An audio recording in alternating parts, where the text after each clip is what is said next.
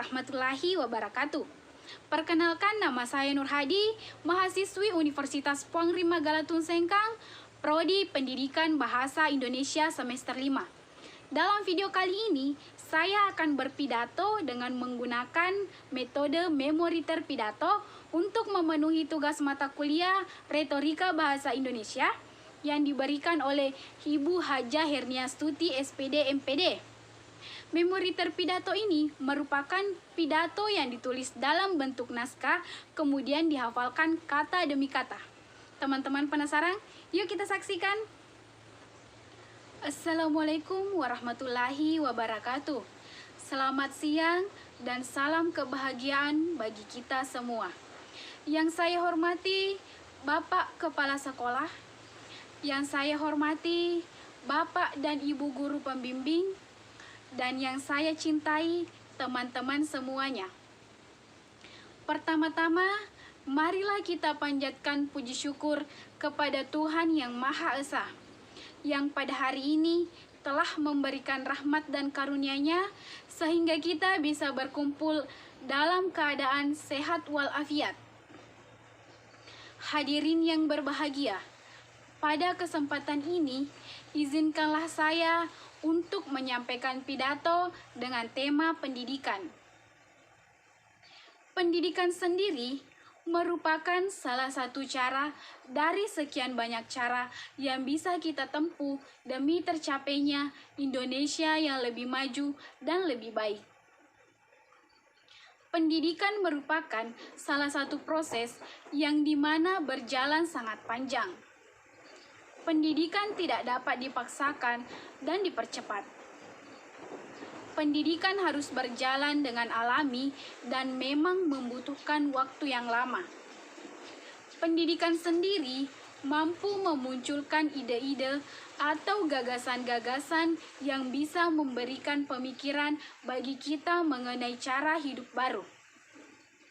Bagaimana dengan pendidikan kita bisa memikirkan sesuatu yang sebelumnya sama sekali tidak terlintas dalam benak pikiran kita. Dalam hal fisik sendiri, bangsa Indonesia merupakan sebuah bangsa yang merdeka dan bebas dari penjajahan.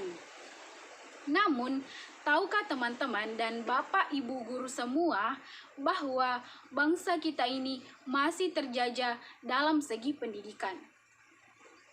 Tingkat kebodohan dan putus sekolah yang masih tinggi di Indonesia seakan menunjukkan bahwa kita memang belum serius membina pendidikan di negeri ini. Teman-teman perlu tahu, di negara lain, mereka bisa membuat mobil, membuat sepeda motor, membuat TV canggih, membuat roket, membuat pesawat, membuat HP, dan barang elektronika lain. Mengapa kita tidak bisa seperti mereka? Jawabannya terletak pada pendidikan di negeri ini. Ibaratnya, sebodoh-bodohnya manusia, jika dia tekun belajar dan giat mencoba, maka lambat laun dia akan mahir pula. Jangan mengatakan orang luar negeri itu pintar. Mereka hanya tekun dan rajin berusaha. Dan satu lagi, mereka tidak malas dalam urusan belajar, dan mereka sangat berdisiplin. Jika kita bisa tekun dan rajin berusaha, meskipun sebenarnya kita bodoh, lama-kelamaan kita akan pintar dengan sendirinya. Orang luar negeri rajin membaca. Apa yang kita lakukan? Mereka berjuang keras untuk hidup. Di luar negeri sana, seorang pengemis bisa menjadi orang yang kaya di Indonesia. Bukankah itu seharusnya kita malu? Sekali lagi, pendidikan merupakan jalan yang sangat menentukan bagi masa depan bangsa ini. Pendidikan sebagai sarana penunjang kehidupan bangsa yang lebih baik harus secara benar dan sungguh-sungguh dalam mendidik peserta didiknya. Untuk bisa mewujudkan pendidikan Indonesia yang lebih baik, memanglah bukanlah suatu pekerjaan yang mudah. harus diimbangi dengan dana dan kerja keras dari semua unsur dalam pendidikan. Pendidikan juga harus dilengkapi dengan pelajaran sopan santun dalam masyarakat.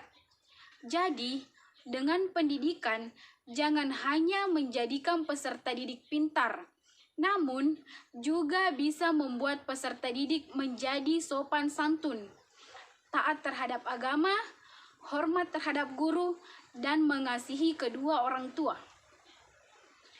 Pendidikan di Indonesia memang harus dirombak. Kita membutuhkan pendidikan karakter. Teman-teman semua tahu bahwa para koruptor pencuri uang rakyat di luar sana merupakan orang yang pintar. Mereka bisa korup karena memiliki jabatan tertentu. Jabatan itu mereka peroleh dengan jalan pendidikan yang tinggi. Untuk itu, kita membutuhkan lebih dari sekedar manusia yang pintar.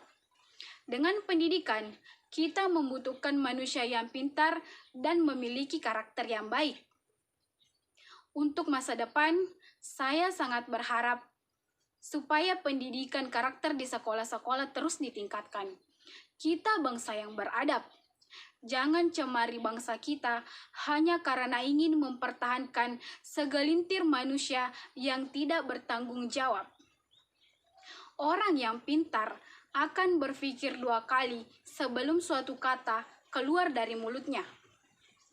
Semoga dengan pendidikan yang saat ini sedang gencar diutamakan di Indonesia, mampu membawa bangsa ini ke tingkat dunia.